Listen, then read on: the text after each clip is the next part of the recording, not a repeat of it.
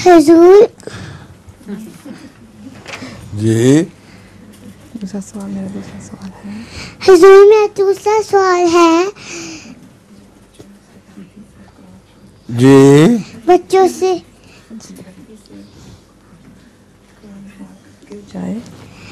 हुजूर मेरा दूसरा सवाल है, आपका स्कूल जाना अच्छा लगता था? स्कूल का क्या?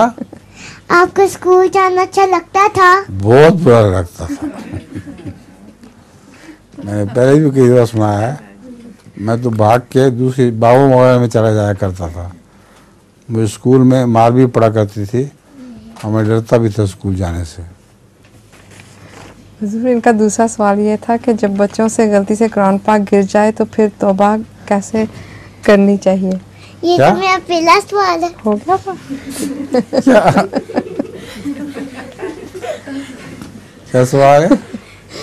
सवाल था कि हुजूर जब बच्चों से गलती से कुरान पाक गिर जाए तो फिर तौबा कैसे करनी चाहिए? उसको प्यार करना चाहिए, तौबा करना चाहिए, सदका देना चाहिए। कुरान करीम की इज्जत बड़ी ज़रूरी है। हमने गलती से पहला दूसरा पूछ लिया था।